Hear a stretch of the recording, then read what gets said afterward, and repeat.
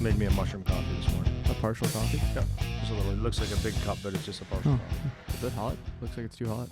Yeah, it's hot. No, it's good though. It's not too hot? Nope. I don't like drinking things that are too hot. It burns my palate. Yeah, I like it. Like touching the hot stove. That's good. So, would you have anything funny at all off the top of your head?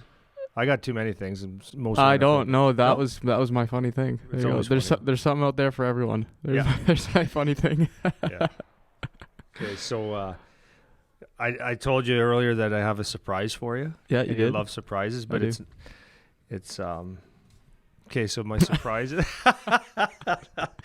it's not really a surprise, but I wanted to just throw something at you. So, do you have any good quotes? And if you don't, I'll start with one. One that you use a lot or like to refer to or anything.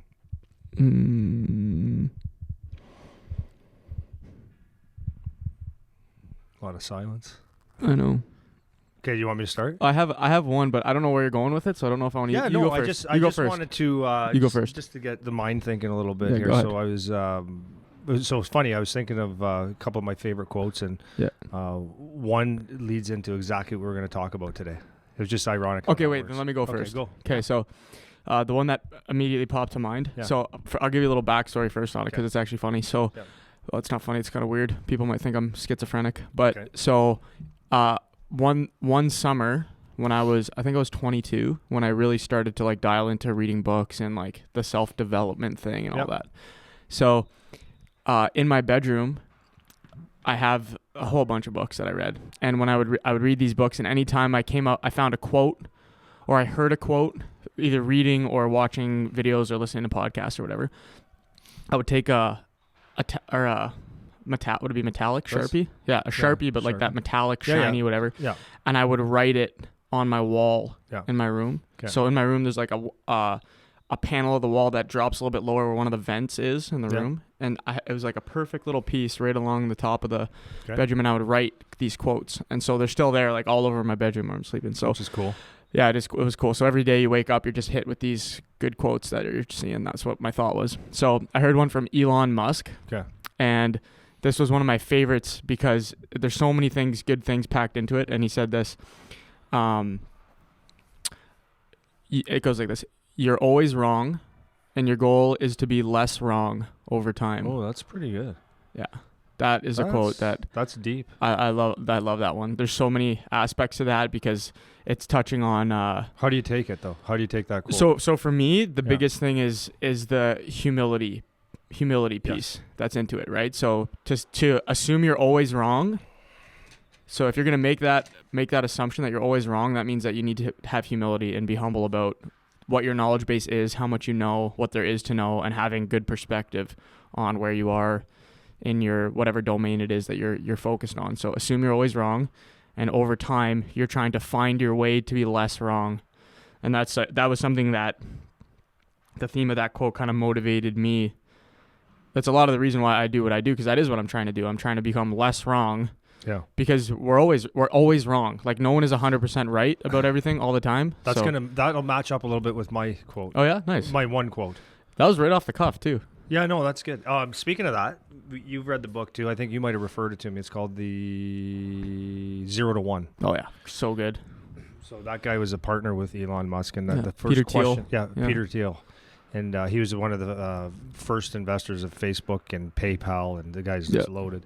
And in his book, 0 to 1, it's about, well, you know this, that it's about getting to 1 is one of the hardest steps. But anyways, his thing in that book was, I forget exactly what the question was, but the question to start the book was, what's one thing that people believe to be true that maybe is not true? It was something along those lines. I don't remember verbatim. But it was a real thinking thing, and people go, like, so I went and I did my thing. So basically I thought, you usually go, I went God, and then the other one was education, and then later he goes, those are shit. Those are not real deep thinking things, even though they can be. Yeah. But so his answer was a lot deeper. So it was pretty cool. Yeah, my quote. So okay, I'll just throw mine out. So mine is, you don't know what you don't know. That's why you don't have. Because if you knew what you knew, you'd have. And to know and not to do is not to know. I love it. Yeah. Do First time I read that. do it again at I'll a do it regular slow. human I do speed. it slow. So you don't know what you don't know. That's right. So you don't know what Love you don't. that. You don't know what you don't know. That's why you don't have. So we can take that in any context: hockey, sports, eating, money. Right? If you don't know what you don't know, that's why you don't have.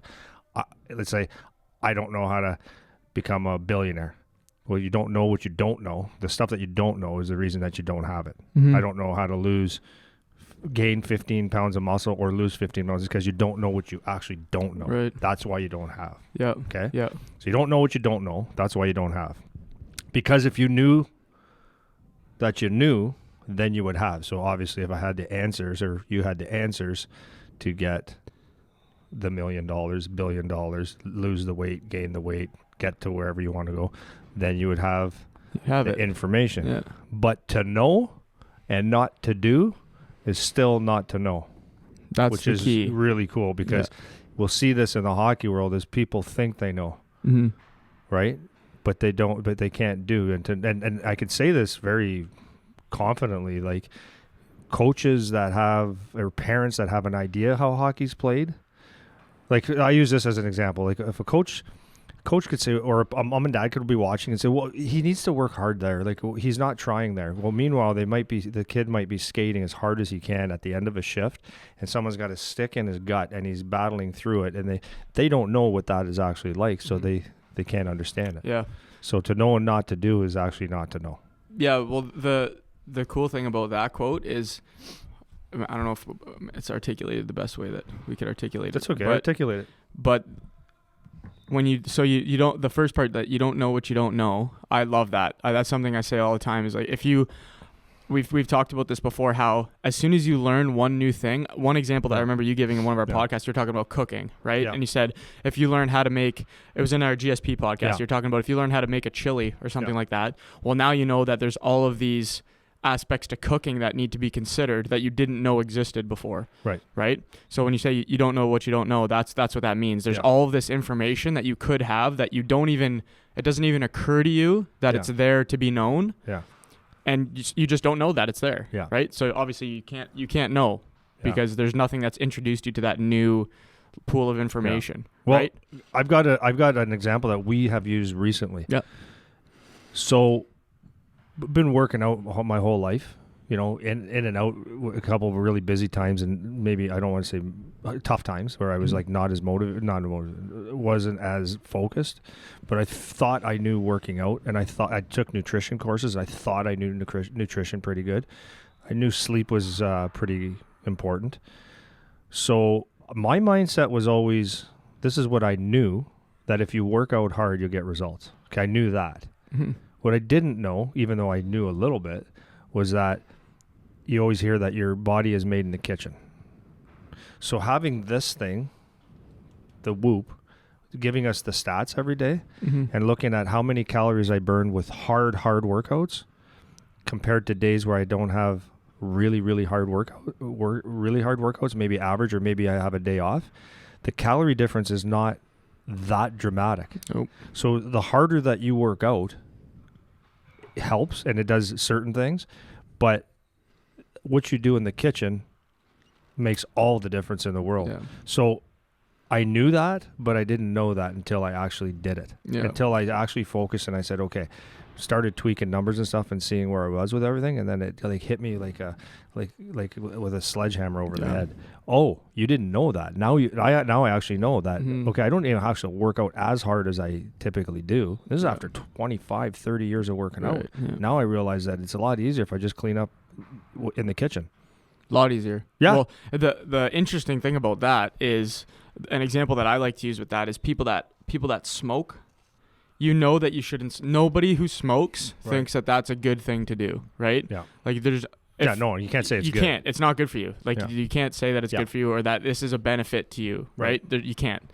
So people that they know that that's not good, but in order for them to take an action step to actually change the behavior, a lot of times it'll take some catastrophic incident or you physically experiencing what can go wrong with it, right? And that's a super interesting part of like the human psyche, that it can take that It can take that much. So for you, it's like, yeah, you kind of know like the nutrition plays a role, whatever. Yeah. But then you could see it. Yeah. You saw your body, how your body is processing, and I think there's about a 10% margin of error on the calories on this. Yeah. So Sure. So even if there is 10%, it's like you're putting numbers to your body now, and you're seeing what your body processing is doing with some reasonable amount of error on it, right? And then you're like, oh, okay, now I can see that this is how my workouts are affecting me versus not affecting me. Whereas before the knowledge was there, but not really articulated well in your own brain for you, right? Yeah. And that example with the smoking is the same kind of thing. It's like, you know that it's not good for you, but you don't really know. It's like, you know, and then something terrible happens, then you're like, oh, okay, I can see something terrible can happen. Yeah. Which is kind of unfortunate that it can take up to that sometimes. Yeah. But like it was even like, because I was never not always dialing in the last few years, I just kind of just went with whatever I knew, and I was like, I think maybe my metabolism's changing, or we talked about that at length, and you said, okay, shut up, Andy. More in a nice way. Yeah, in a good way. And it's like, okay, you weren't buying that excuse. And then I was getting frustrated with it. And then when I did this and I started just really tightening up, and I'm not talking about anything crazy, but just saying, okay, the few beers on the weekend, I knew I had to get rid of. Mm-hmm. And I could still have them, but I knew that I had to get rid of them, and it made a huge difference. Mm-hmm. It's knowing exactly, like I told my wife, I want to clean up my diet a little bit, like as far as I think I said this before, not having like the rice bowls and stuff, because I can't really see how much food I'm eating, and I tend to eat a little bit more when I'm full. So like basically for the last 2 months, literally every time I eat, I stop before I'm even close to full. Mm-hmm. I eat to eat. Yeah. To get my fuel, and it's like the body changes fast, like fast. Well, you can tell, like you start to learn some of those things. Like sometimes it just takes an indicator, like we've talked about before, and it makes you. It finalizes in your brain something that you should have been doing or that you could be doing, or it forces you into actually taking the action step towards the thing you want to be doing, because now you've experienced something that is compelling enough, right? That makes you actually finally do it. But that's a good quote. And the last part of that too, that I want to touch on. If you want to read it, what it say again, the last line? Yeah, to know and not to do is not to know. Right, and that's. I would amend that even to be, that's even worse. Like the first part is you don't know what you don't know. Yes. So in some respects, you at least have an excuse for not doing, because it just never occurred to you. Like you didn't have the information. Right. But if you have the information, you know the information, and you're still not doing something, that's actually worse. Yeah. And it feels worse, because I've said this a million times before. You can try to fake yourself out like you're not doing something, or that you're doing everything you can do. But on some level inside, you're not doing, because you have the information, right? You know that there's a difference. You know that there's something more you could be doing, and you can't get away with it. So I think it's worse than not knowing. Yeah. 100%. Yeah, that's a good one. 100%. That's a good quote. Yeah. So you didn't know how to break up a D to D pass as a forward. I just didn't know. Like, right? You don't know. The coach shows you, okay, how you're going to do this is you don't rush a defenseman, because now you're making his job easy. Cut the middle of the ice off. Like if these are 2D, cut them in the middle with your stick here. Right. And then you're going to force him to go up the wall. If he comes to you, then you're going to have a puck on your stick. Right. Oh, okay, now life's easy. Now if you choose not to do that, that's on you. Exactly. And that's, yeah. So that's good. That's a hot start. Is it a good start? I like. Well, I hope my part. Like I hope it was interesting. I don't know if I articulated anything well, but I love this stuff. I like starting it off with a nice quotes like that. Yeah. Especially I like getting when you get my raw reaction off it. Like it forced me to think on the spot. That's fun. I like it. It's great. So I'm not sure if I should say what our topic is today, or if I do my other quote. Oh, you can go with the other one. Whatever. Are you feeling? How good is the other one? Oh, it's one of my favorites. Oh, it's not okay. It's not a quote. No, I think. Okay, what was the topic today? You're going to say the topic. So we were going to talk about the Coach and the Critic, and which is what that means is kind of if you think of the devil and the angel on your shoulder kind of idea. Okay. Which one are you listening to? Right. Okay. So I was thinking, I just wanted to think of some of the best kind of advice that I could think of, and I always liked the it's, I guess it's maybe a poem, like roses are a poem. It can't be a poem because it doesn't rhyme. I don't know, But it's a little excerpt. Yeah, it's an excerpt. That's it, from Teddy Roosevelt, and I love this thing. I've loved it for years and years and years. And I told you this morning. I said, "Oh man," I said, I printed it out just so I can get all the words, and I said, "This is actually what we were talking about today. It's called The Critic." So this is called the man in the arena. Oh, sick for sure. You know it. Okay. So the man in the arena is from Teddy Roosevelt, and like for the kids who listen to this, like some of the words are old. And but you want to get the gist of this because it's so true. Here it goes. The man in the arena. Oh, it's not the critic who counts. You know this one, right? Yep. It's not the critic who counts, not the man who points out how the strong man stumbles or where the doer of deeds could have done better. The credit belongs to the man who is actually in the arena, whose face is marred by dust and sweat and blood, who strives valiantly, who errs, who comes short again and again, because there's no effort without error and shortcoming, but who does actually strive to do the deeds, who knows great enthusiasms, the great devotions, who spends himself in a worthy cause, who at best knows in the end the triumph of high achievement, and who at worst, if he fails, at least he fails while daring greatly, so that his place shall never be with those cold and timid souls who neither know victory or defeat. I love that so much. That's awesome, man. Because there's so many critics out there. And the biggest critic is yourself. Right? Oh, yeah. It's the biggest.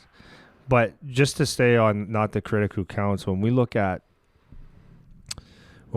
life, like just in general, like it's so, my son and I were having this conversation. He said at school, the teachers asked, what do you want to do for a living? Like, what do you want to be when you grow up? He said, I want to be a hockey player. I'm good with that answer. 100% good with it. First of all, I'm not saying he's an NHL, but I'm saying he's got the rawness to actually say that this is something that I want to do. He skated on his ankles and didn't shoot a puck. He's got the tools. He's got the tools. There's a potential there. Right, there's a potential. So, okay, I want him to take that and go as hard as he can, because if it doesn't work out, if he puts everything into this, and it doesn't work out at 20, 18, 20, 22, 23, you pivot real easy. The hard work is there. But anyways, my point is, when he explained it to me, he goes, Dad, when I say it, all the teachers go, yeah, but what do you want to be?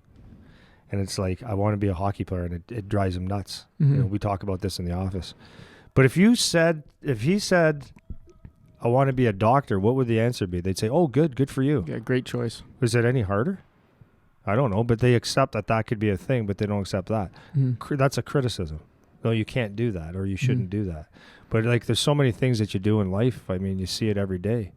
Is people love to point out the negativity, and I don't know necessarily where it comes from, but people love to do that. They love to say your shortcomings and talk about other people's shortcomings all the time. Yeah. Well, so touching on the last part you just said there, the negativity, I think people are more in tune with negative emotions. Obviously, it's like you've heard this all the time. Like if somebody gives you 100 compliments and you get one negative one, everyone hyper focuses on the negative comment. And I think part of that is another like evolution thing. You pay attention to negative things because it's more of a survival mechanism. Those things are more important in terms of surviving, because if it's something that can negatively impact you, then you want to know that's there, and you need to focus on that. But like we've said before, we don't have those kinds of stimulus anymore, but we still have the mechanisms in our brain that deal with that, right? Yeah. And when you're talking about like criticisms, first before that, just in case anyone doesn't know who Teddy Roosevelt is, he was a president of the United States, early 1900s. Yeah, don't give me the date. It might even be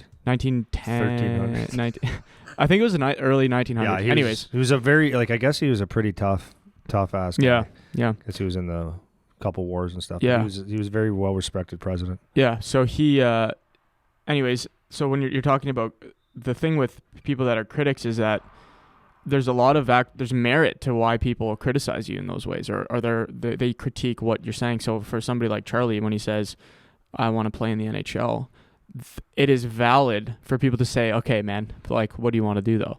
Because statistically, it's so unlikely that that's the case that it makes more sense rationally that he has a different choice, right? Yeah. So there's validity to what people are saying, right? And because for me, that was my answer too. Yeah. My answer was I wanted to be a hockey player, right? And I didn't make it. And I believed with every ounce of myself that I was going to be a hockey player. Yeah. I 100% believe that. Yeah. And I was another person that falls into that line of didn't make it, right? So, and I'm not saying I'm worse off having, or I should have had a different idea, because I don't think that's the case at all. I think it was smart that I pursued things the way I did. But there is something valid to these criticisms. So I want to make sure, I might be jumping the gun a bit talking about it. No, it's okay. It's good. But when people are critical of what you're saying, I don't think the right thing to do is ignore them.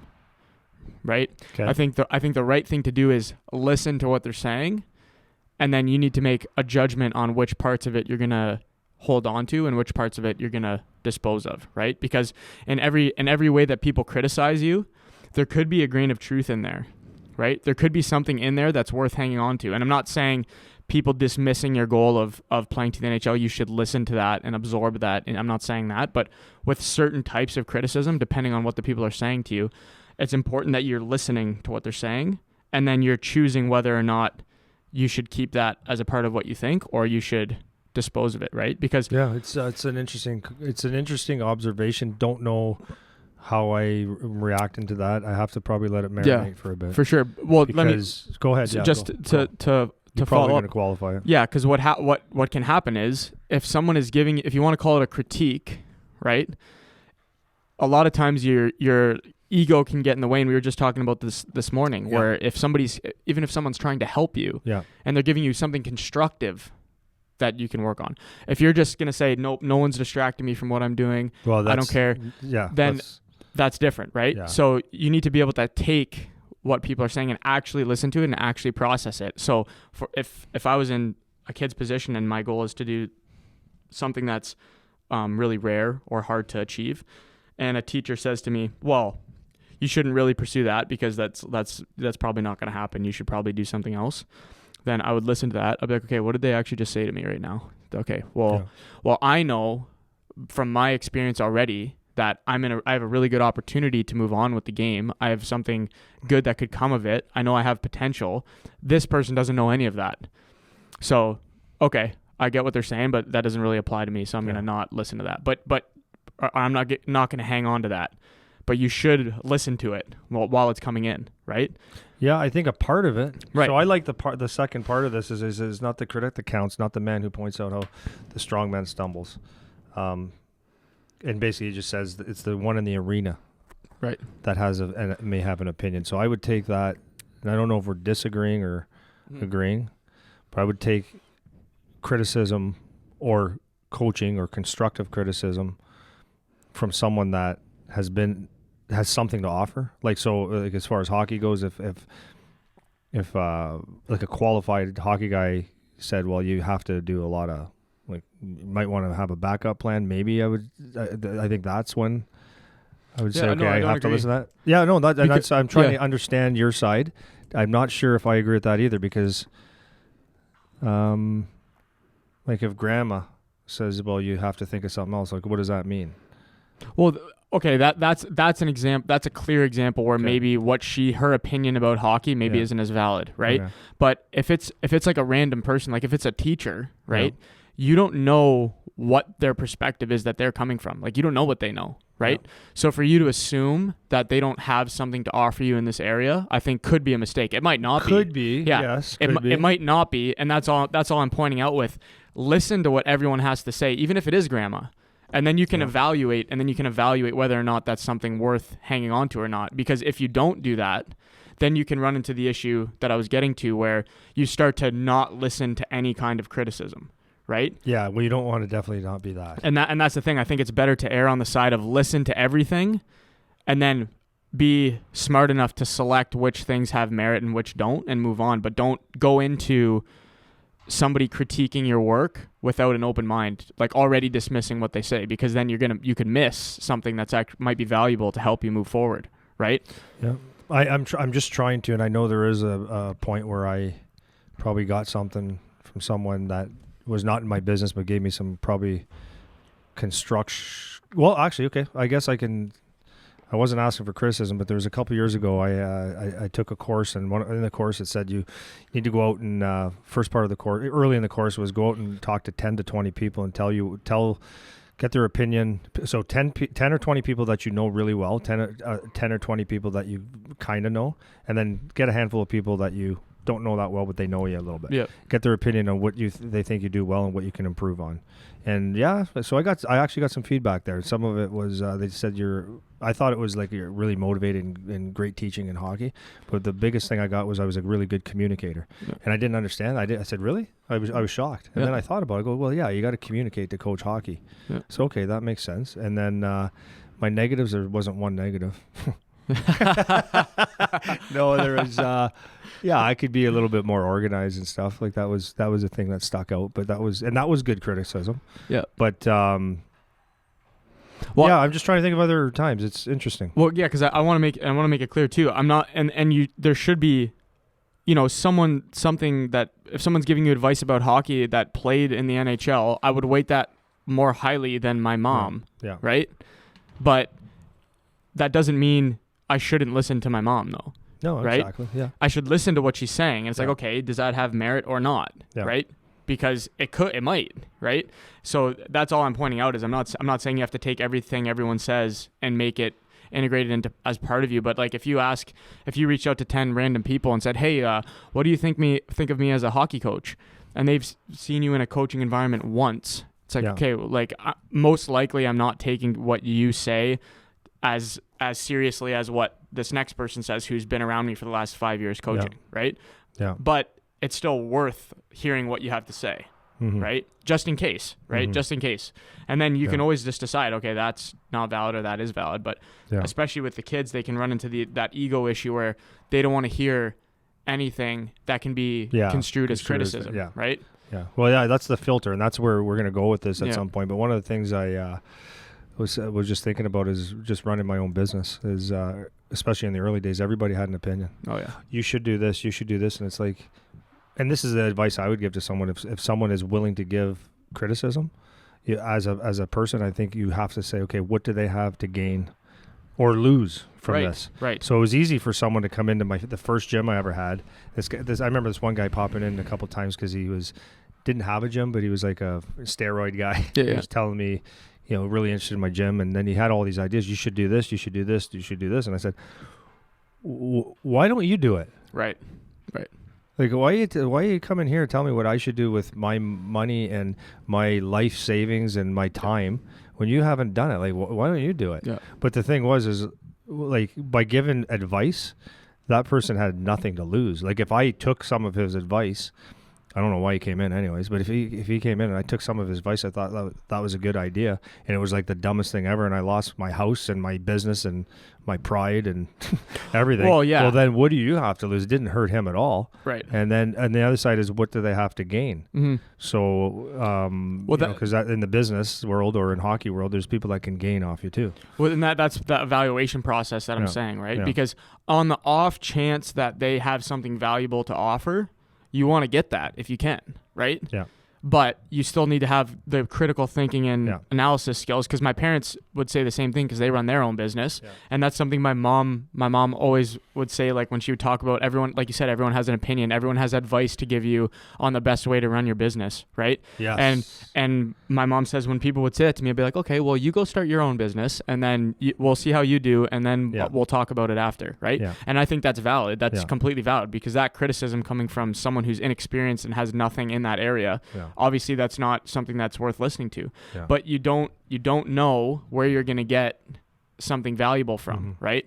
And that's why I'm just saying I think it's the better strategy is to go into it absorbing everything. It was like that book I told you about, that cleaning up book. Yeah. Random source of nothing that has nothing to do with my life. There's in no way was I prepared to get anything valuable from reading that book, right? And then all of a sudden I got something valuable because I was actually paying attention while I was reading it, right? Yeah. But if I could have read the first 5 pages and just been like, this is crap, this isn't for me, just threw it out, right? And then I missed something that could have been useful, right? Yeah. So that's all I mean by that. But I'm not saying go take anyone's advice without analyzing whether or not it's worthy of being taken, right? Yeah. I agree with what you're saying there. Yeah. So I I think we're as clear as mud now. Yeah. No, but it's an interesting way to look at it, and I'm kind of like a lot the other way. You know that. Yeah. Like I have to gain I have to gain someone's respect before I actually. They have to gain your respect. Is that what it is? Yeah. You need to respect them to take their advice. Yeah. Yeah, that's how I kind of go, because I've just probably experienced in life. Just a lot of people like to talk. But, for sure. I was my business wasn't supposed to be a business. Like, people would laugh at it, and if I would have listened to the critics early on, not a chance. And everybody was a critic. Oh yeah. Yeah. And then when I started and I had the success right away, like not right away, but I mean, the best players came to see me because they liked it. There was criticizing that. Well, that's no good. That till then I got success. Now it's criticized in a different way. Everyone's a critic. But in my head, I was like, okay, this is number one, what I want to do, I think. Number two, this is what I have to do. Right. And for me, I did it with my head down, long hours, and you're not going to tell me otherwise. Mm-hmm. And it worked out. And I needed that. Well, so. But what you said is right too. Like if someone gives you any kind of advice, it's an important thing to do is evaluate what does this person have to gain or lose by me taking action on what they just said, right? So something that happened with me recently is one of our podcasts, we were talking about parents. Yeah. And I was trying to be real careful while we were talking about that, because I'm not a parent. I don't have kids, right? So I was trying to be careful to not like project how to parent, because I'm not a parent. What do I know, right? And that's kind of like, I'm not in the arena, right? So that's what as a parent. But yeah, okay. Right? But so because of that, I was trying to be careful, and at one point the tone of one of the things that I said, my mom ended up listening to it, and she didn't like it, like how I said it. I love it. So she came and she told me, she was like this, she was like, that was like the first time you kind of came off like a little bit arrogant that I heard, or like a little bit like you were, like I was a bit taken aback by how you delivered the message. And I was like, oh, like, okay, like what do you mean? Like, why? And so we talked about it a little bit. And when she went back and listened to it a second time, because I didn't really agree with what she was saying. Right. Then she was like, she kind of came around and was like, yeah, it wasn't really as bad. Maybe it was just like the shock value of hearing it the first time made me think it was worse than it was. It wasn't as bad. Especially as a mom. But I want to hear that criticism. But I did what you said. I'm evaluating, okay, so my mom listening to this has my best interest in mind, right? So whatever she is saying as a consumer of what we're talking about, like I should listen to that, because she's not trying to ruin our podcast or to, right? That her motivations are in line with it doing well. So it's worth listening to, right? But in business for you and for my parents, it was the same kind of thing. It's like there's people that they're not necessarily having your best interest, or they're just saying shit just to say it. Or right? Sound smart or whatever. Yeah, exactly, right? Flex their business muscle. Oh, yeah. A lot of free advice. Yeah, for sure. I like it. I was going to go somewhere else, but I want to get into this now. Yeah, okay. Because we can go down the rabbit holes. Oh, yeah, for sure. So much fun. Yeah. So I hope that was interesting. I don't know. I think it was a cool topic. Okay, man. Good. How to handle the criticism? Yeah, I think it's good. It's good. So, but the thing is that the biggest critic you have is you. And so I have this thing that I talk to kids about, and I like it because it's you can paint that picture. So I call it the coach and the critic. So I like to say that on one shoulder you have your coach, and the other shoulder you have your critic. And if you look at probably anything you do, you could come out. There's so many. You get a good idea, right? You get a good idea. You got a good thought. Like let me just think of something here. Give me a topic. Thing that popped to mind for me was my engineering project. My idea for the project. Okay, so I'm going to just assume this is what happened. You're thinking, and your coach on your shoulder says, "Here's your project," and then that process. Okay, I'm going to do that. That sounds good. And then in the background, you have on this shoulder the critic saying, "Yeah, but but is that it's ever too true? big. Who are you? That's too big. You can't make this. How are you going to make this? Yeah, you're just a guy from Essex, Ontario." Yeah. And all the reasons why you can't start going. And the thing is, it's going to happen all the time, and it's about managing that person, or managing the coach and the critic. And at the bottom line is, the one that you listen to the most is the one that you're going to become, right? Yep. So I've seen myself, the biggest thing, we talked about fear with not too long ago. And fear disguises itself in a lot of different ways. And it's the critic. And it's not telling you that you can't do it. Like what's so funny, when I was in, even in the business, sometimes when it was early on, you're making a phone call because you want to get maybe a business, a player, whatever, and it's like the phone weighs about 700 pounds because and a guy with a deep voice will sound like a 14-year-old girl when they make the call because they're nervous and they're afraid. It's not so what happens is that phone's heavy and it starts on your critic side. It starts saying, this is a huge thing. They might say no. What are they going to think? And all those things start rising up, and it drains out your motivation for actually doing it. And when you look back, what I always find, like, this is the one thing, is that when you have any type of fear, when that coach or that critic is telling you not to do something, it's just whatever side of the brain that's trying to protect you from any type of harm. Yep. But we're not going to get hurt by trying something. And I'll be honest, like, every time as I've fed my coach more and more and realized that, because it's a huge thing. When I grew up, I didn't have, there's a lot of in my environment that would bring the critic out, like my home environment, where I'm from. Like, there's a lot of things. It's your self-image in a lot of ways that would have you doubt yourself, and you lose the battle. And most of the things, like I said this before, is 90% of the things that you worry about aren't gonna, of the things you worry about, 90% of it's not going to happen, and if it does, it's not going to be as bad as you thought it was. Yeah. So you going out and trying things or doing things is it's not really a big deal. Listen to your coach. Right. Well, I think the big thing to go when we're like going into this is you need to understand, and we talked about purpose and all these things before, is like, why are you doing what you're doing, right? Mm-hmm. So you have those motivations that come up that make you want to start doing a certain thing, right? And then once you start doing it, like you said, the critic shows up, right? And then he starts, or she starts peppering in your ear, well, this won't work, that won't work, you can't do this, that's too hard, it'll take too long, you're too far behind, and all of these things start to come up. And like you said, you can start to get sucked in to that voice that's in there, right?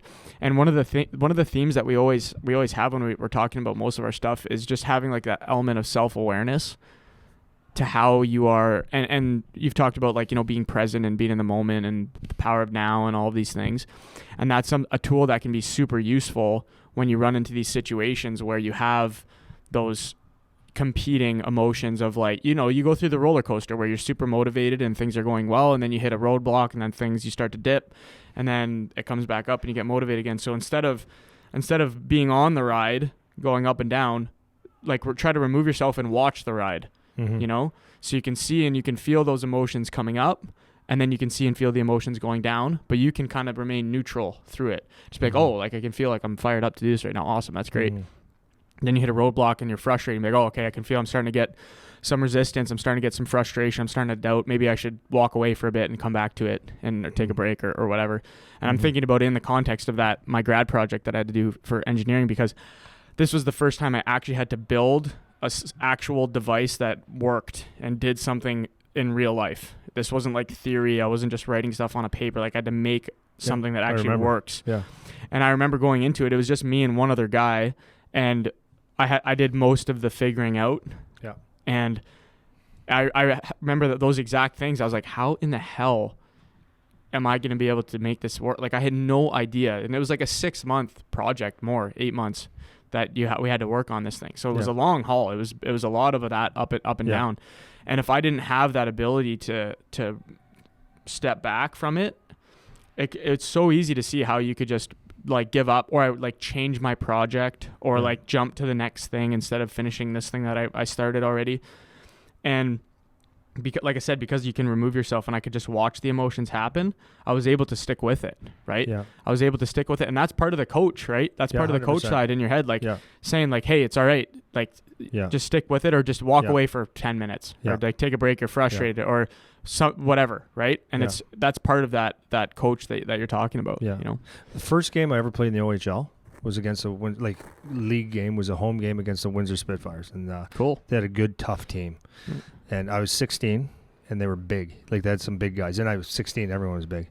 But I remember, warm-ups, the different environment. You're excited to get in to play your first game because you think you're great.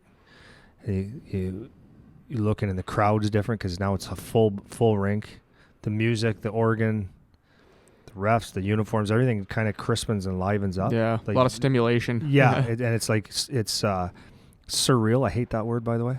Yeah, people use it too much, I think. Okay, yeah. But it was surreal. Yeah, I think it means real but not real. But anyways, but cool. You're so excited, right? But so my first face-off, it was like probably the third shift of the game, and I was out there to take a face-off, and there was this guy, he was about 6'5". So I was like, that's different. Yeah. Big, hairy, 6'5", right? Okay, so that was an experience. And then, but I remember distinctly being a 16-year-old come down the right-hand side. I was a centerman.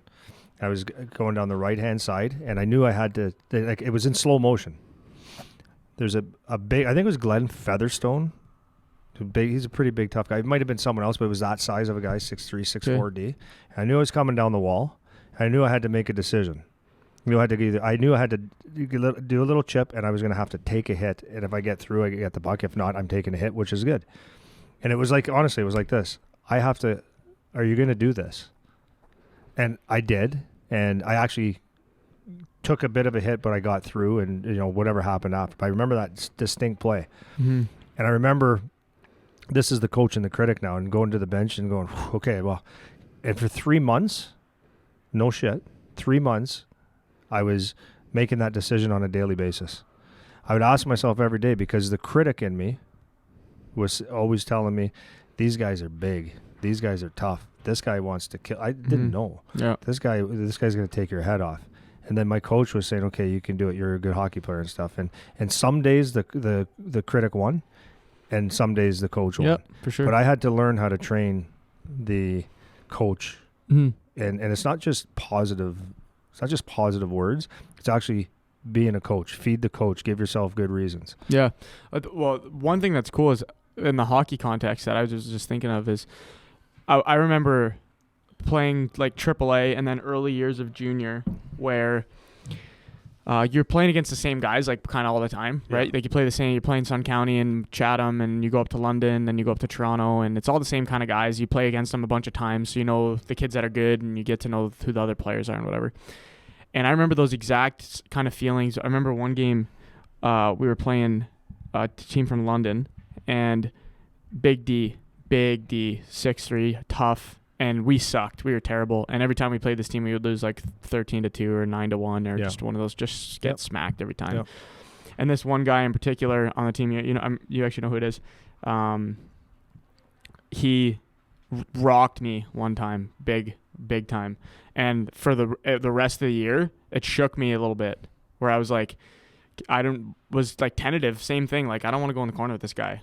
As much as I would pretend that I'm good, I'm good to go in there and wasn't scared. Yeah. I was like, this guy freaking rocked me, right? But then we got to junior, and I ended up playing with this guy, and I remember seeing him in the dressing room, no equipment, nothing to him, nothing to him. And I remember it dawning on me that I was like, man, like. So he just got the best of me that one shift. Like he caught me. I was in a weak position. I was in an unbalanced position, and he lit me up. And good for him. Good hit. Yeah. But that doesn't mean every time I touch that guy, I'm gonna be crumbled, right? And I distinctly remember that realization happening to me in the dressing room when I saw him. I was like, that's the guy that was making me scared. Yeah. I was like, I can go this guy. Yeah. And it was like the change in my mind. So that whole time that I'm listening to the critic on the one side, it was like you were saying, 90% of the time or whatever, it's not gonna be as bad as you think. And and it won't. And that's was the reality. So I was like caving to that fear, those emotions that whole time. And not that I never went in the corner with the guy, because I'm sure I still did and all that after that, but just the fact that was like hindering my performance. Takes up space. And it like for no reason. Yeah. And I remember that realization happening in junior when I saw him. I was like, no shit. Like this was the guy that I was for no reason, you know? And had I been able to remove that and like step back and have a little bit more perspective when I was younger to do that, that would have been a really useful tool, because then some coaches say it all the time, like they put their pants on just like you, they eat their breakfast just like you, and it's stupid, but it's so true. It's just like they're just another person. You can just as easily catch them sleeping as they can catch you sleeping. Yeah, Well, I honestly, I'm more fearful of someone's mind. Mm-hmm. Because those are the guys that are dangerous. Like you could take a big body and all that kind of stuff, and that's just physical, and you can outsmart that, but you don't know what I mean by their mind is, if you're mentally tougher than that person, you're going to win. And that's what, to me, where people have to be so much better. Yep. You know? Absolutely. Because being big and strong only gets you so far. Having a brain, and I'm not just talking about being smart on the ice. I'm talking about being mentally strong, that you actually believe in yourself, and that you don't shy away from the battle that you're going to have, and that you're going to last longer than this person. Yep. And you're just going to have more of a crust, and there's nothing that you can do to deter me from where I'm going to go. And that's the guy, or the guy that's going to say, okay, here's a problem, here's my solution now. Yeah. That guy that feeds that coach rather than the critic all the time. Yeah. Well, I have that just reminded me of a story. So a kid I played with in college, you know him too. We're kind of his like a strange bird, kind of his own guy, and he we started to hang out a bit my second year, and this guy was intense, like super into like yoga stuff and nature sports, this guy was dialed though, just a different bird. And I remember our team we had a talk with I think it was DJ Smith came to talk our team one time, and he started his talk and he asked who's the hardest worker on the team, and this kid's hand fired up right away. Right. Love it. And I remember I was sitting there and I went to put my hand up. He beat you. And he beat me, but two, when I saw his hand go up, I believed him. That's awesome. I was like, he does work harder than me. Like, yeah, he definitely works harder than me. Wow. I actually believed that. I was like, I don't work as hard as him. And at the time, it was a physical thing. It was like physically, like on the ice in like physical battle, he works harder than I do, right? And because of that, I was interested in this guy on my team. I was like, I want to be around this guy. Like, I want to see. Good choice, by the way. Right. Because I had some of these skills developed already. Where we've talked about it before. Like, go seek it out, right? Like, go seek out what you're missing. And I was like, this guy's got something. There's something to this guy, right? And so I went and I became friends with him, and we started to hang out, and we started to do like some workouts together, and I would mostly let him pick the workouts because I want to do his style. Like, I don't want him to come to my rink. I want to go to his rink because I want to see what the deal is with this guy, right? Yeah. So we started doing a lot of this stuff that he liked to do. And then over time, being around him, spending time with him, and then doing like these workouts, like hard outdoor hills, like stuff. Different. And I started to realize that he was better than me in terms of like his skill with these activities, but he didn't work harder than me. He didn't. But in his head, he was exuding the confidence that I'm hard work. And he believed it, and he was a really hard worker. But what happened was you work hard. But what happened was I thought he wasn't, that he worked harder than me, right? And maybe he did. But then I started to hang out with him, and then slowly he was here, I was here, and then it slowly just started to go, because I started to go into his domain to try to figure out what I could take from it, right? Yeah. And then eventually I realized, he's more skillful. Yeah. But now I've passed you in the work department. Yes. Right? Yes. And now, from where I'm sitting now, when I think about this guy, I don't think he works harder than me. Like, I'm 100% sure I work harder than him, like physically and in my day-to-day life in other aspects, right? You're a dialed-in dude, man. But that's whatever. But my point of saying that is not to pat myself on the back or whatever. But I'm patting you. No, yeah. But my point is, like, I went and looked for it. Yep. Because what I could have done, again, when I look at this guy that I'm competing with, I know where you're going. I could have looked at it and been like, hey, like, you can't take that guy's got you. Like, you can't. Or you could criticize him. Or I could criticize him and say, like, that's another side on the critic. You take it out on other people. Exactly. Right. Easier to make excuses. I could have made excuses and saying, well, he's lucky because of this, that, whatever. Or I could have said, well, no, dude, like, you can't take that guy. Like, don't worry. But instead, I had this guy saying, hey, like, go figure out what that guy's doing. That's awesome. Because there's an element that you would be wise to integrate into yourself from that guy. Yeah. And I listened to this guy, and I was humble enough to lose to him while we were doing whatever we were doing over and over and over until eventually it was like a catch up and then starting to pass kind of thing, right? Yeah. So I thought that's what you just said reminded me of that. That's story. Really good. So I've been I'm going to go probably a couple different places here. Number one, One thing that was really good for me, I read about 4 years ago, was called The Power Now. It's One of my it's a book favorites. that kind of gets you to dial in and pay attention to what your thoughts are. Mm-hmm. And when you actually start paying attention, like, so one of the things he said, like when you're driving a vehicle and you lose your, someone cuts you off or someone's going slow, you know by knowing me what my reaction is. My son laughs every time. He goes, "Dad, you just snap." Yeah, lose your shit. Yeah. I go, "Yeah, well, I'm gonna," and you know what? I choose to do that. Yeah. It's kind of fun. Yeah. But if you actually think of the rationale behind that, it's like, what are you worried about? It's not a big deal. But anyways, the point is it makes you analyze your thinking. Mm-hmm. So if you can sit and just analyze what you're actually saw, think about what you're thinking, listen to your thoughts, then all of a sudden you get a different perspective of things. Okay, so when you're talking about that, I know the guy that you're talking about that said he worked harder than you. So I want to go on, I want to be clear on what your coach and what your critic is. Mm-hmm. So your critic is basically going to come down to your negative thoughts. And I've become so careful of what I tell myself. So for example, I think I've said this on a podcast before, is that mechanically fixing things, drywall, the handy Andy, it's not handy Andy. Mm-hmm. Okay. But I've told myself that my whole life. And if I've tried things, I just didn't give myself enough credit or enough. It's not hard.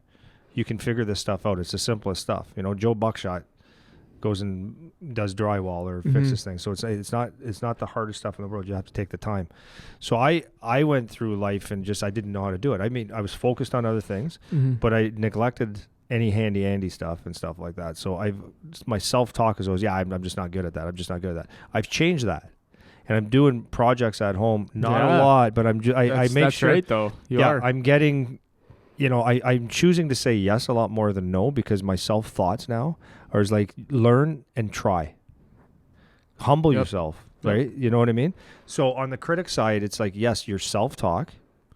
It's how you think. So if you can think about your thoughts and your reactions and let the coach kind of coach that out of you.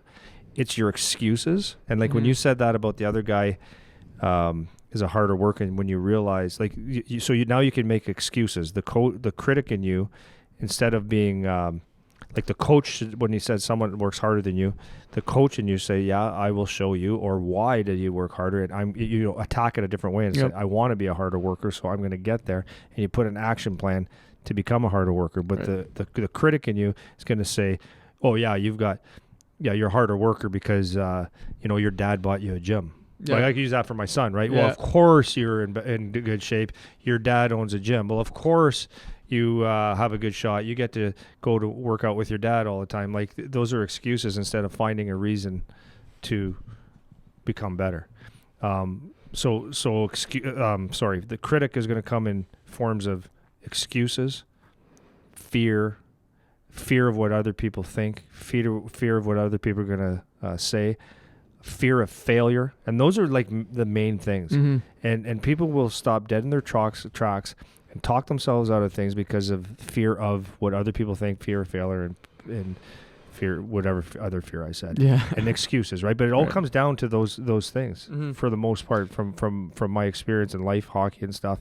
And, why wouldn't someone, like, I've seen kids on the ice, and I've said this, I had a leadership camp where I kind of proved this, but I wanted the kids to understand this, is I find, and I was just reading in David Goggins' book that he put it in different words. I should have wrote it down, that when people are confronted with the physical side, if you test yourself physically, you're going to find out a lot about yourself. So I did this leadership camp, and it was really neat. Let's just take the hockey guys. Everyone's somewhat of an alpha male. They think like you're usually the better guy in your school and sports and stuff. And when you get on the ice, you're with alpha males. So if I know that you and I are going to go and do a battle drill in the corner, and it's like who gets there first is going to win. You're quicker than me.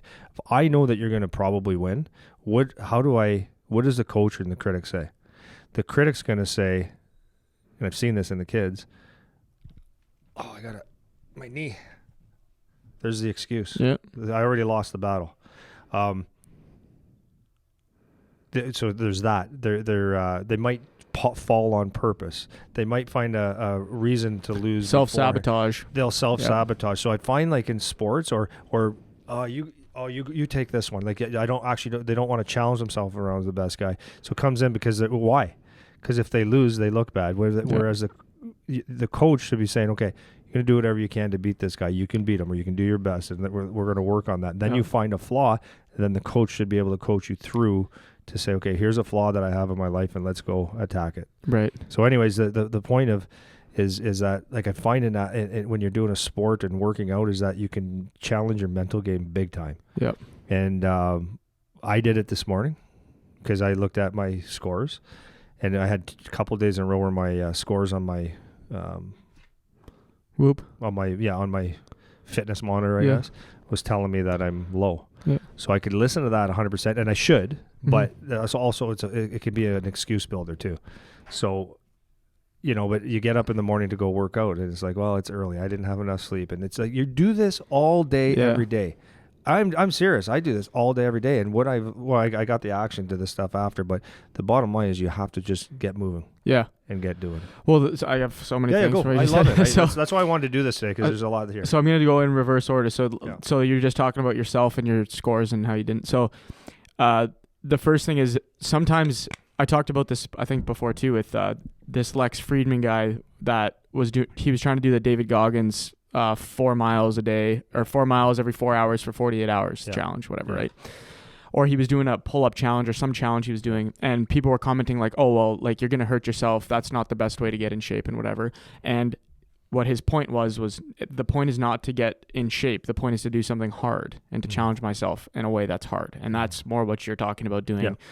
Yeah. From a health perspective, would it have been smarter to take the day off? Probably. Yeah. But sometimes it's good to just test yourself, right? You're trying to just stress test the system and see, can you still handle it when you're not feeling optimal, right? Yep. So that's the first thing. Then the second thing, we were talking about, going into battle drills against somebody that you might think that you're going to lose to, or you might know that they're just better and they're going to beat you. Yeah, let's say you're on the Detroit Red Wings and you're one of the best hockey players in the world, but you're going against Pavel Datsyuk. Right. Keep away game. Exactly. You're losing. So you're gonna lose, and you're gonna lose. Okay. So have the humility to lose trying. Yes. Right. And that's what this said. Right. And that's triumphantly. Exactly. And that was kind of what I was applying with my one buddy when we started to go on runs and do like mountain biking and kayaking and all of these like outdoor sports that I never really did much. Mm-hmm. And he would absolutely feed me my lunch, man. Like, there was no chance. I remember we did a kayak once in the river there. And he just freaking blew me out of the water. Like, it wasn't even close. And I'm someone who thinks he's in shape, right? And this guy's his capacity to perform aerobically was just so far superior to mine. And I didn't care. I was like, I'm going to try to keep up with him. And I remember saying to him one time, he was beating me in sprints, right? And he's faster than me. Like, he's just faster. There's no, like, if I go my top speed and run the best I can and he does, he will win 100% of the time because he's faster than me. Yeah. And I remember coming back and he was telling me like, oh, like, that's like 6-0 me or whatever on the sprints or whatever, right? Like, saying it to me. Okay. And can I ask, was he being? No. Okay. He wasn't being a dick about it. It was just like, we were competing, right? Okay. We're just like, we were both really competitive and we liked the competition part of it, right? Yeah. But in my head, I had already started to make the connection at this point that he doesn't work harder than me, right? And so I said to him in that moment, I was like, just because you're winning doesn't mean you're working harder. Right. And that's 100% correct. Yeah. Because you're just better than me. Yeah. Right. If I go into, if I go to play guitar against my dad, who's the best guitar player ever, he's just going to blow me out of the water. It's not even close. But if I practice for 6 hours to his 2, I'm working harder than him because he's just better though. Yes. Right. So that's the other thing I want to point out. Have the humility to lose in those situations, because another one of those sayings that, people say this all the time, instead of win or lose, you win or learn, right? You'll win or you'll learn something. Yeah. So you go into a corner with somebody who's better than you, lose. Go in and lose and figure out why you lost. With everything you have, though. Yeah. Yes. Go in, give it your best effort, and lose. Yeah. And that's fine, because then you get to figure out why. And that's hard to do, because that's it's hard, man. That's a hit to the ego, man. I'll tell you, like, there's one. Like, I'm 52. You know that. I tell you every day. Yeah. It's basically, shut up. I'm older than you, and I deserve a little bit of a break. But when you know Dalton and I were doing our metabolic workouts, like our conditioning workouts, this is not a big scale thing, but it's just an honest evaluation that probably everybody goes through.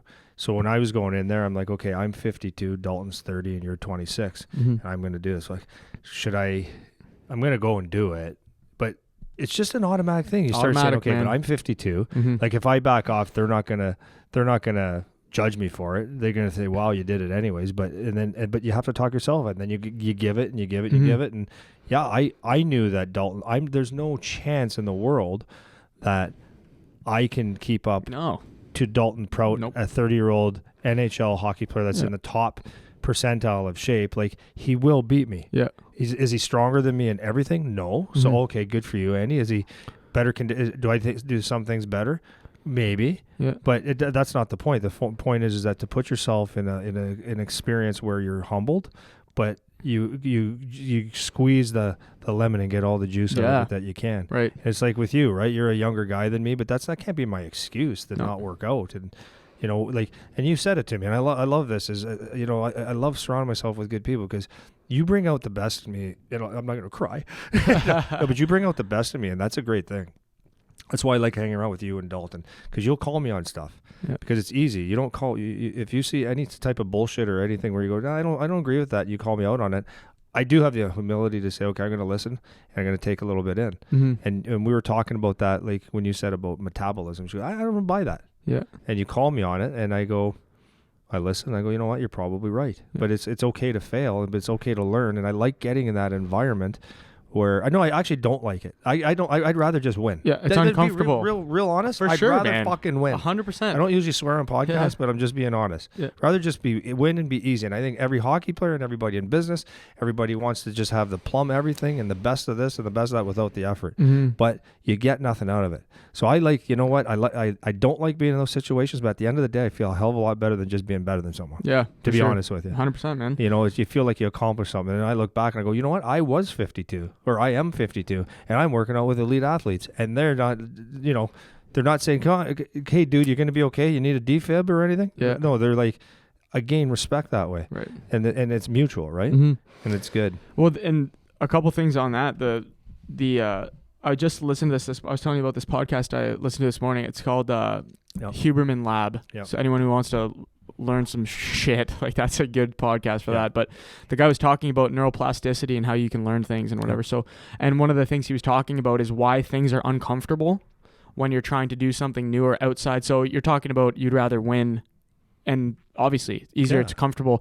And what happens in your brain, this could be wrong, I could be overstepping, but because I just listened to it this morning, but he was saying that when you're trying to do something new or something that you wouldn't normally do, you have to actively suppress certain circuits that are firing in your brain. Okay. Right? So things that would be automatic. Yep. So going to that feeling of comfort of something that you already know how to do. Yep. That's an automatic circuit. Yep. So it's easy to let that just flow. It's nice to let that happen. Yep. But when you get into a situation where you consciously decide to go with something different, then you have to suppress that circuit that is used to firing. Okay. And that's what generates that uncomfortable feeling in your nervous system. That's why you get that feeling of being uncomfortable. And that's why wanting to win and wanting to go down that route that's comfortable, that's why it's way easier, because you don't have to resist patterns that you already have developed, right?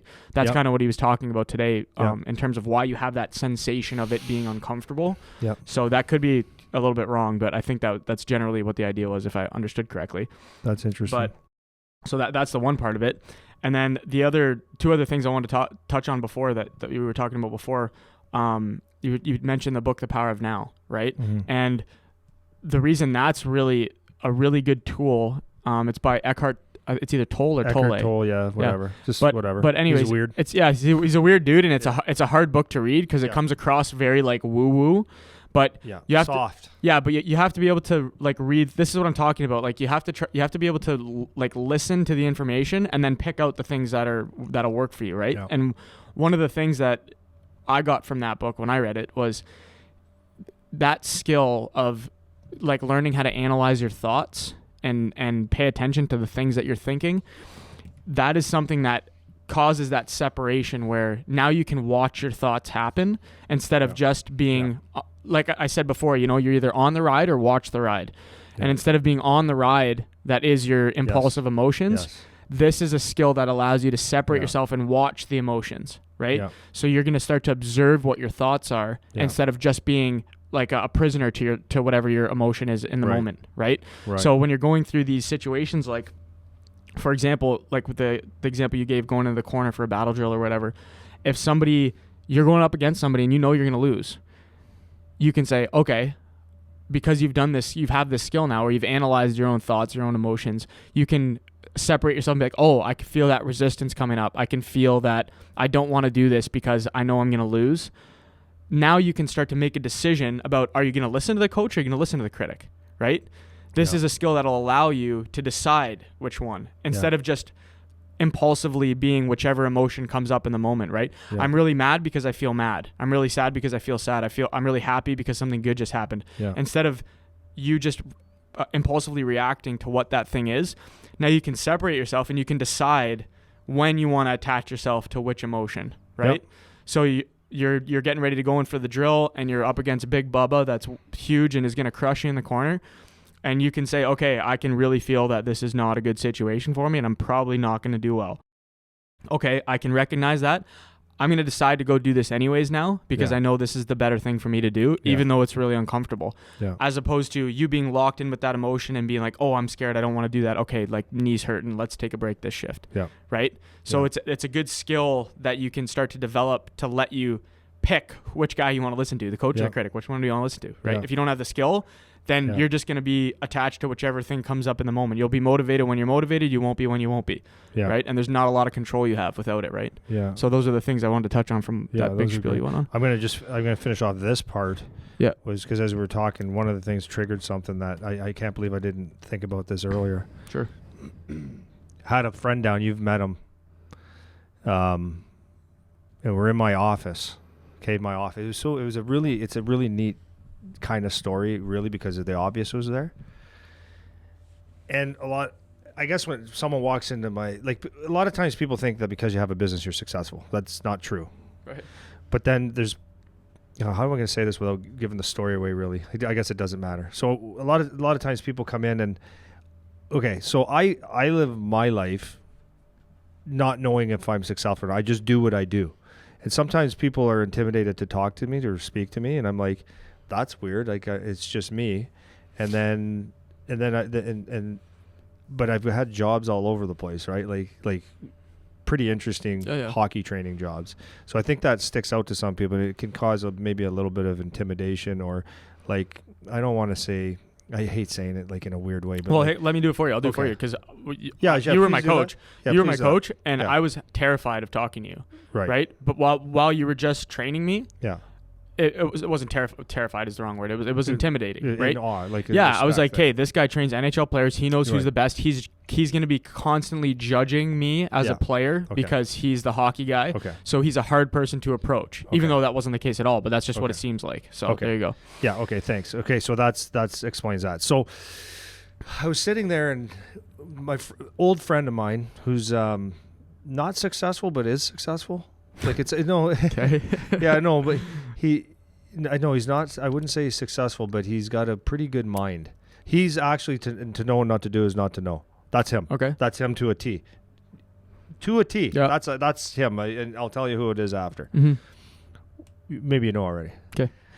So we were in my office and we were just discussing and talking, and so I was revealing to him, because we come from the same place, back home, and it's a rougher area. Rougher, we're talking how like a lot of us, good that you can even have any success coming out of there. And I said, I still battle with it, and I still do today. I'm way better now, but there's a part of me, and it's like I've always been told to be humble, always be, don't make a big scene, like just, that was my thing. So anyways, we were talking, I said, I feel like I struggle. This is like 5 years ago. Like there's this confidence. Sometimes I just don't believe in myself. Like and going on that thing, we had a good talk, and he goes, "Can I help you with this?" I'm like, "Yeah." Well, give me your advice. He goes, "Look at your walls." And I go, "Look at my walls." I go, "Yeah." He goes, "No, you're missing the point."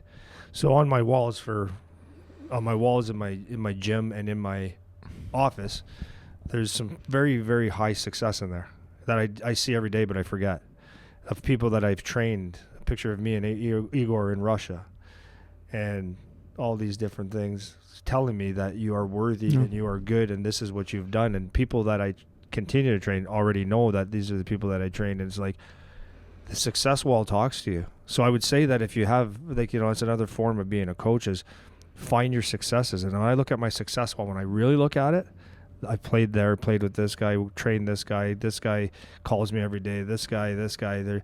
Oh, okay. That changes your opinion of yourself, because it's easy to go down the rabbit hole of not believing in yourself or talking yourself out of things.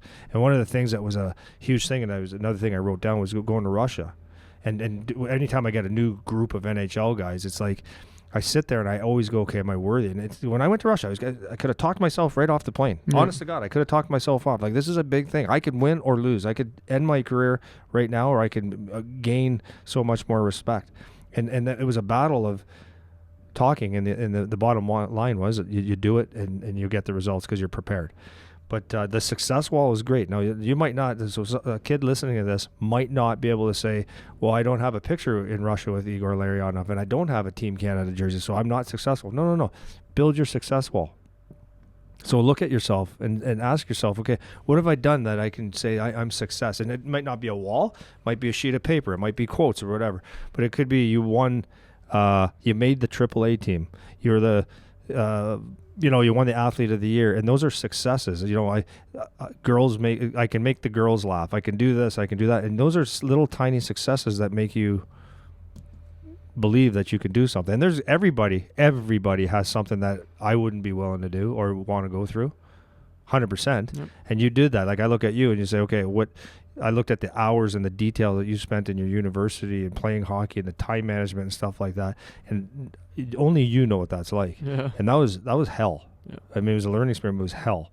And you can put that on your success wall and say, I did that. I know that I went to university and nobody did what I did. You can say that. I know you can. Yeah. And that's a success. So, like, you're tougher than anybody, in whatever way that is.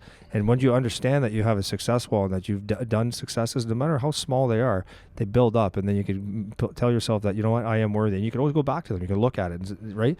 Remind yourself. And I remember playing with a broken ankle in junior. I mean, I forget about all these things, but it's like, hey, man, you're tough.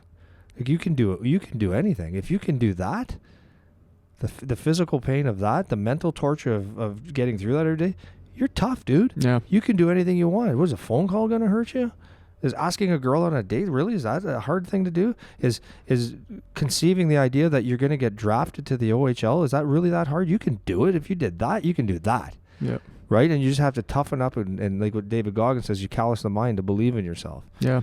Right? Yeah, that's awesome, man. That was great. Is it? Oh, yeah, that was great. Well, it's true. It's freaking true. Well, and continuing on that thread is you can use something like a success wall or those types of thoughts to feed the coach. That's what I mean. Yeah. So use those things as fuel, right? So one of the things that I started doing just over the last couple of weeks, I was listening to one of my buddies. He started a podcast, and he had a couple people on that were talking about gratitude, right? And one of the things that they do in their own ways is they just write things down either in the morning or at night before they go to bed that they're grateful for and whatever. I do it every morning. So I started to do it before I go to bed now. I've been doing it for a few weeks. Is that all? What's that? Just is that all you've been doing it for a few weeks? I've gone through phases, right? Like, okay. So it was one of those things where I did it for a while, and then I stopped doing it, and then I'm picking it up, and then I'm stopped doing it again. But now, because of this was one of those things that, funny enough, that we're talking about this, is that listening to these people that I know personally talking about it and how it's affected their life was something that gave me a bit of that push to take it more seriously and try to integrate it more seriously into what I'm doing now. Kind of like at the start we were talking about the nutrition thing. You saw it on the Whoop and you're like, okay, now I kind of get it more. Yeah. That was one of those kind of moments for me that this is something that's worth doing more and more. So anyways, I've been doing it for a few weeks now consistently. And one of the things that you can do as a player is, whether you say you're grateful for it or not, whatever it is, you can just take 3 things that maybe you've accomplished or that you've been successful with or that you do well or whatever, and just write them down, right? Write them down, whether it's in the morning. And we've talked about this a lot too. Like, I can't stress enough, like, how good it is to have like a journal or something to write down in. And you might think that it's lame, especially. I'm going to interject because I'm as not as rough as they come, but I'm like rough, dude. There's not a whole lot of girl in me. Yeah. Right. Yeah. And I was reading that from Charles Poliquin and a couple of people that I thought were successful. And it was a gratitude journal. Like, just every day write 3 things down that you're grateful for. And I'm like, shut up. Right. Like, exactly. Come on, man. Yeah, exactly. Tell me to write 3 things down that I'm grateful for. I'm grateful for the sun. Mm-hmm. I actually am some days. But Seriously. actually, when it opens up your brain to a different level. Mm-hmm. And I do it every day. You see it. Well, I don't know if you see it every day, but I do that every morning. And some days I write 5 things down or 6, but I try to keep it 3 quality things. Mm-hmm. Some days you're not going to have, like, you might have had a rough week. Yeah. And this is the point. You might have had a rough week and a rough day, and the dog doesn't even like you anymore. But what can you be thankful for? Like, what can you actually say I'm thankful for? Could be that you're breathing. Yeah. It could be that you had a cup of coffee or you had a good sleep in a nice bed. But there's something that you can be thankful for. And when you're thankful for something, it changes everything. Well, and it doesn't need to be 3. Like, maybe you just had a terrible day and you can only put together one thing that you think about that was good today, or that you're grateful for today, or that you think was a success that you've had today, or whatever. However you choose to do it, whether it's 3 things you're grateful for, 3 things that you're successful at, or whatever it is. What the drill does is it brings those things to the front of your mind again, right? Yeah. Because one of the issues that I would run into is, even with like something like meditation, I run into the same issue. Like, I know how good meditation is for you. Like, there's no denying it, right? Yeah. But that's something that always takes a back seat for me, because it's like, okay, like I get how to meditate. I get how to be present. Like, I know how to do it, right? Yeah. So one of the things that I ran into with the gratitude thing is it just brings those things to the top of mind, 100%. So the thing is like, to have a coach and a critic is cool, but like, how do we control both? I think it's really important that, obviously, that you feed the coach as much as you can. So I think you be aware of your thoughts, understand when you're kind of beating yourself up, but like, really start getting aware of the thoughts. So what can you do to ensure that you can start feeding the coach, like getting results from that? Well, number one thing would be like action. Action cures just about everything. So if you do nothing, this is what happens. Like, when you analyze and you listen to the critic, what happens is you start feeding that, and it becomes bigger and bigger and bigger. So you'll talk yourself right out of it. So if you can have some action to just do one thing, right? Like, so we'll keep it in the simplest form. If you take you want to lose, or you want your shot to be harder. No, that's a bad excuse. You want to lose 5 pounds, right? You can talk about it and talk about what a lot of people do, but start doing something. And then when you do one action, you feed, you reward yourself with, like, saying, okay, you did a good thing. It's, your serotonin, all these hormones make you feel better. You start moving forward and you start getting better results. So now all of a sudden you're proving to yourself that you can actually do what you said you could do. And you're kind of talking down, or through action, you're talking down the critic. Does that make sense? Yeah, for sure. I know it was like a convoluted.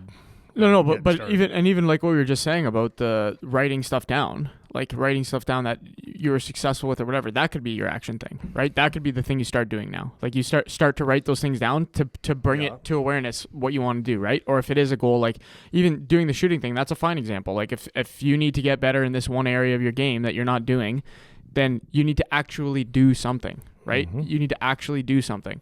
So come up with a plan for yourself based on whatever that thing is, right? So if you need to get quicker feet or something like that, right? Well, come up with a series of drills that you can do to get quicker feet, or come up with a series of workout exercises. And this is kind of, I think this might get into something else that you wanted to touch on, but you can, if you don't know where to look, you have the internet, man. You have the internet. You have everything you need to start is there, right? Yeah. Like, you can literally start by Googling how to get faster feet. Yeah. How do I improve my shot? If you don't have direct access to you, which a lot of kids that we work with do have access to you, but for people that are just listening, you can just Google it. And that's a place to start. You just did something. You just looked up 5 things drills that you could do to try to improve this one thing that you're doing, right? Yeah. And then schedule it. Like, when are you going to do it? You know, okay, you finish school every day at 2:30. At 3 o'clock, you're going to work on your shot for half an hour or something, right? Yeah. So here's what I'm thinking about on that is I want to keep this like straight up. How do we do this for hockey? So number one, action. Do something. So now we look at our whole, I talked about this recently. We look at being a hockey player. You're going to have to okay, I want to get drafted to the OHL. I want to be an NHL hockey player. So first of all is don't be short-sighted. Don't look at like it has to happen this minute or this month or this year. Okay. You have to look at the realistic plan. So let's go back to the beginning of this podcast. What do you want to be when you grow up? I want to play in the NHL. Okay, cool. If you believe that and you want to do it and that's something that you're willing to do the work to and surround yourself with the right environment, okay, and you have like a base level of skill that you can work on, okay. So as you're going through the year, you have to be honest with yourself and evaluate yourself honestly against other people. Not that that's the end all be all, but you have to evaluate, okay, am I even in the game, right? So then as you're getting close and you're looking at, seeking advice from someone qualified, or you just know what gaps in your game are, okay, now you could take those gaps in your game and you start building on it. So I think I said it recently, it might have been if you have a weak shot or your speed, right? If you know you have to work on your speed. If someone says, well, you're not fast enough to play in the NHL, if you take that as a criticism or feedback, you say, okay, I need to work on my speed. Well, if you're 14 years old and you want to play in the NHL, at some point you got 8 years to make yourself faster. So if that's dialed in, okay, that's a doable thing. So you may not be the fastest one right now, but you can start taking action to be faster or quicker, whatever it is. So that's in the gym. It's doing hills. It's doing skating and jumps, focus on working on being fast. Maybe your exercises don't look like anything that would resemble something that would be that an 80-year-old lady can do. Right. So that's one. So it's action, and then as you start getting there, then you can say, no, I am getting faster. There's like your action is proving the critic wrong. I'm doing the work, I'm getting the results. This actually works, and you start applying that to everything you're doing. The mental game, everything. Oh yeah. Well, and one thing that I think would be helpful too is most of the time when we're talking about like there's things you need to work on, like you want to be working on things that are weaknesses, right? So what that means in this context, when you talk about an action plan, something that might be useful is do one thing that you know you should do that you aren't doing. Absolutely. Right? And everyone knows what that is. Everyone can do like a self-analysis, and they can find one thing that they could be doing, that they know they should be doing, that they're not doing. Yeah. Right? And find one thing you can do that addresses that and do that, rather than, I'll give you one example. I had a kid in the gym yesterday, and he was asking me if he could come in for an extra workout a week to do legs again. Okay? Yep. So context for this kid is he is already unbelievable. He's the strongest kid that I have in the gym. Okay. And he works, I wouldn't qualify him as like an extremely hard worker, but he works hard enough, but he's already really strong. Right. And putting aside the fact that right now isn't strength training time, like they're playing a lot of games and stuff. It's not time to work out like a meathead, but like you're already very strong. Yes. Okay. Yes. You're already very strong. So for a kid because what this person might think is like, oh, okay, I'm going to do something. I'm going to take some action. Let's add another leg day. Yeah. Right. And that's not the right thing to do in his case. Right. What he should be doing is he should be analyzing what exactly is am I weak with right now? And something that for this one kid in particular, I think is like coordination would be one thing that he could work on. Right. Okay. But he wouldn't necessarily have that thought in his head. He just thinks I'm gonna do one thing, like Coach Andy said. I'm gonna start to take action and do something. Yeah. Okay, what I'm gonna do is I'm gonna do another leg day. It's like, no, wrong. Don't do that. Do something else that addresses a weakness that you have. Right? Make the action that you're taking something that's worthwhile. If you're already the strongest kid in the gym for your age, does it make sense to spend more time being stronger in the gym right now? Probably not. Right? It doesn't. It makes more sense to work on something that you're deficient in, right? So when we're talking about taking action, make the action something that is going to actually help you, right? It's going to address a need that you have, not just fortify strengths that you already have with you, right? Yeah. So that's just one thing I want to clarify on what you're talking about. 100%. So the other action that you have to, this is non-negotiable, is you have to surround yourself. Okay, so who you hang out with, what you put in your brain, because this is actual brain stuff, Coach and Critic, and what you listen to, like basically what you're hearing and what you're telling yourself. So who you surround yourself with is critical. We were talking about it. You, Dalton, and I were talking about that yesterday morning, about how we could go into our place and everyone is pushing each other, not pushing like yelling at each other, but it's like I said to you, you will find something in me that makes me better, and you push that button. I do the same for you and for Dalton. That's why we get along. I don't want to be around, and it I don't know the proper word. I have zero tolerance for someone that is not making me better. Like there's nothing I want to, like, not nothing, but I want to be around people that are bringing out the best in me and around people. Yeah. So when I'm if I'm a hockey player, I want people that are going to say, are we working out, or we're going to work out. Mm-hmm. So that if I don't feel like it, they push me towards my goal. Or when I'm feeling like, I have an excuse for something, I want that people that I hang out with to push me in the right direction, not to be the critic. Because people take great joy in seeing you fail. People take great joy in pointing out your weaknesses. People take great joy in putting you down. And some people do it intentionally, and some people don't. Some people do it because they're insecure. So I want to be around people that are confident in themselves and they're going to help me get to where I want to go. Because other than that, you're just dragging me down. See, becoming a pro hockey player, becoming a successful businessman, doing something very well in life, it takes a certain mentality. Uncompromising is the word that you use, and I love that word, because it's like, I can't hang out with these people because they're going to drag me down. Yeah. I need my life, like George St. Pierre, to be a certain way.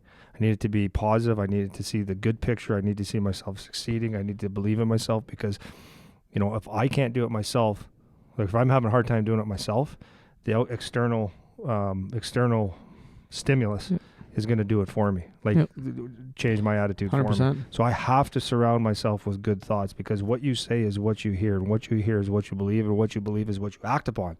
100%. So you might not think that that's true. You think you can filter people's thoughts? No, you can't. Your brain takes the information and it just stores it.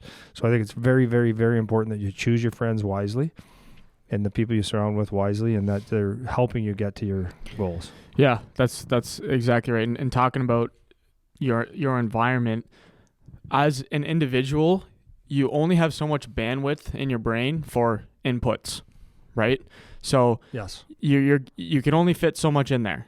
You can only take in so much at a time, right? And what's in your environment is going to fill up those inputs, right? So if you're mostly around negative influence and then you get the odd positive one, it's not enough, right? The inputs are overwhelmed with the negative, so it doesn't matter, right? There's no balance. It has to be overwhelmingly good things.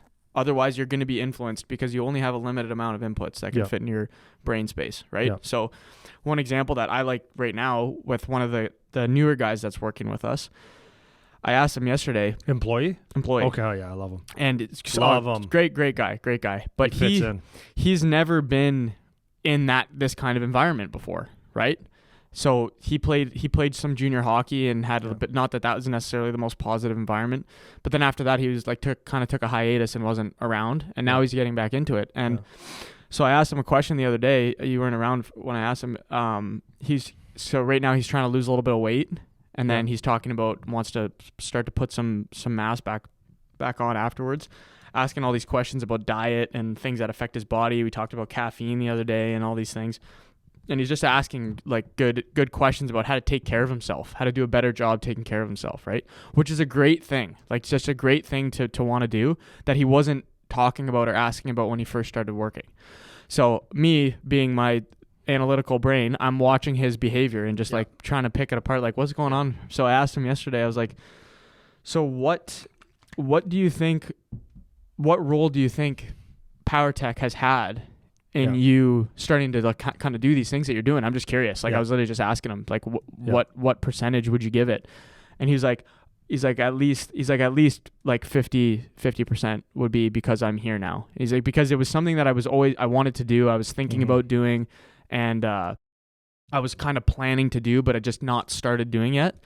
And he was like, the environment just gave me the push that I needed to start to do the things, right? And that's just a testament to the importance of what your environment is, because like you were saying, with us being around each other all the time, it pulls you up, right? It pulls you up if that's your environment. And conversely, if it's something that's not great, it's going to pull you down. It will pull you down. If you think that you're going to just resist it, and you're going to have a couple buddies at school that you still like to hang out with just because they're your buddies and it's okay. Like, I know they're on their own page, but I can do my own thing over here. You're wrong.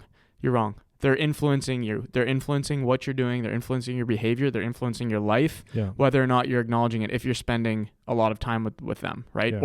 Or if you're just watching crap, like if you're taking in bad information online, like you're on TikTok or Instagram or whatever, looking at crap all day. Like, these are things that influence how you're going to think and how you're going to conduct yourself on the day to day. So I like that story just because it's a testament to that environment thing. The other thing, as you're saying that, is you get what you tolerate in life. That's like, I read that and I let it marinate in my little monkey brain for a little while. I read it and I said, you get what I tolerate. What does that mean? Really, what does it mean?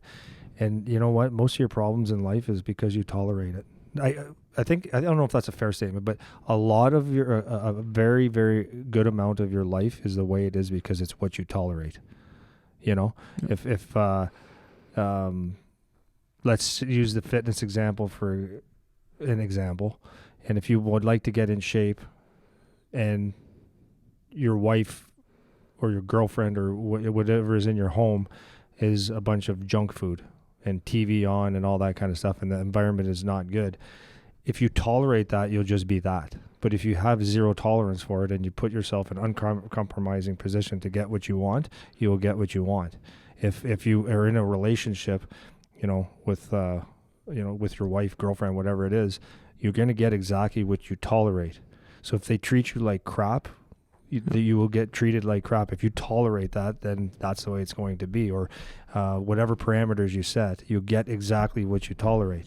So with your friends, if you're wondering why, you're in good spots, but then I stay up late on a Saturday night because I'm with these guys, but it's just those guys. Well, you're tolerating, you're getting leaky. And you're tolerating someone else controlling your future. So if that's if you're wondering why you're tired, maybe you're a little bit down, whatever, look who you're hanging out with. If you tolerate certain things, you're going to get what you tolerate. So if you can tolerate around being people that operate at a 60% or 70% instead of 100, then that's what you tolerate. That's what you're going to be. Yep. Yeah. 100%, man. Yeah. Start to get a bit long here, so we'll wrap it up. Anything you want to kind of close up with, finish up on? Yeah, just like I was going to say, just people can be negative. You have to control yourself. So I wrap up with this. Understand your coach and the critic. Understand your self-talk.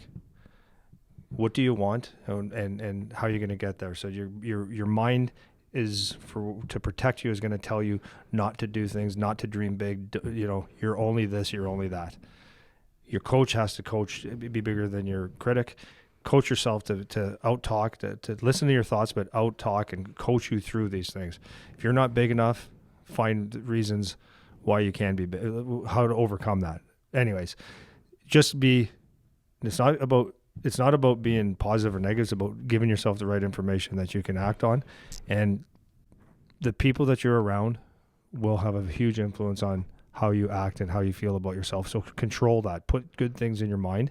And then, one of the things that I just want to go back to real quick is build yourself as successful. I want you to do that. So when you have a thought, take some action and then have a success wall to prove that you're worthy of doing something. And just start or success wall or success list. See what you have accomplished in your life. Show the things that you've done hard that were challenging, so you can look at it and say, yeah, I've got it in me to do what I want to do. And that's how it ended that today. Yeah, that's awesome, man. Well, I think the big thing from what you just said, summarizing it, is take the action. There's a lot of stuff we've talked about today that the kids can use, whether it's talking about the power of now, writing stuff down, making an action plan for yourself, everything we touched on. Take something out of what they heard you say today and start to apply it, right? Because that's something that can definitely help you out, Yeah. No, I'm just thinking here. and this is like maybe an emotional thing or maybe it's not, but I see it with the kids that we train. I see it in the people that I deal with. You know, there's so many people, like adults. Like, I had a phone call a couple weeks ago. Remember, you left a message. This guy would like to talk to you, an adult, and he opened up to me about, you know. And it's just like when you're a positive. So I had almost an hour long conversation with an adult male about, you know, hockey and just dealing with stuff. And at the end of it, he was so happy, and he said it's just so nice to be around someone that can bring me out. You know, he wasn't down. I'm just saying a good perspective, but that you're making people better, and you want to be around that kind of stuff. And I truly believe when you decide, like, people are successful from all kinds of places, and when you're a kid and you say, well, maybe they look up to you and say, well, Eric's jacked and he's smart and he's this. Well, you can actually be that guy. You can be that guy. Or you could be whatever it is you want to be. Like, I mean, I'm not saying you can be Alex Ovechkin or anything like that. But what I'm saying is that if you have a dream and you have the goal of getting somewhere in this game or in life, you can actually do it. I mean, I don't come from the greatest place in the whole world, and I've got some pretty nice success in my life, and I'm one of the happiest people that I know of. So you can actually do this. It's not someone else. You know, people always look at that as like, wow, that guy's so whatever. No, it's not someone else. It could be you. Having said that, you have to do the work. And if you let your critic take you through life, it's going to be a long life that you're never going to be happy. But if you start listening to your coach and you celebrate small successes become more often. And when they become more often, become bigger. And then that's kind of all you get used to and all you know and all you tolerate. So start from wherever you are. Look at your successes and just keep building them. And next thing you know, you're going to look back in a year, 2 years, 5 years, and you go, wow, look where I came from. And I'm just encouraging any of my kids that are watching, parents, whatever, start now. Start building your best version of yourself, if you want to call it that. And just do little things and reevaluate, man. You're going to be happy with yourself. But we minimize how some of the stuff that we've been through, you know? Like I look back at my success wall and I go, geez, I didn't even think that was a thing. But like I look at it now and go, wow, that's huge, man. You know? Like my son won his little success wall, right? He made AAA. Like, okay, whatever. No, you're one of the best guys around. You know, you got an all-star game. You won the MVP. Well, that's a success. And you start piling those together. It's like, you know what? I'm actually maybe something. Not to be arrogant, but it's something that you can say, no, I'm worthy to keep going. And that's how I'm going to end it. Yeah, I got nothing else to add, man. That's awesome. So we'll wrap it there, and we'll see you guys next time.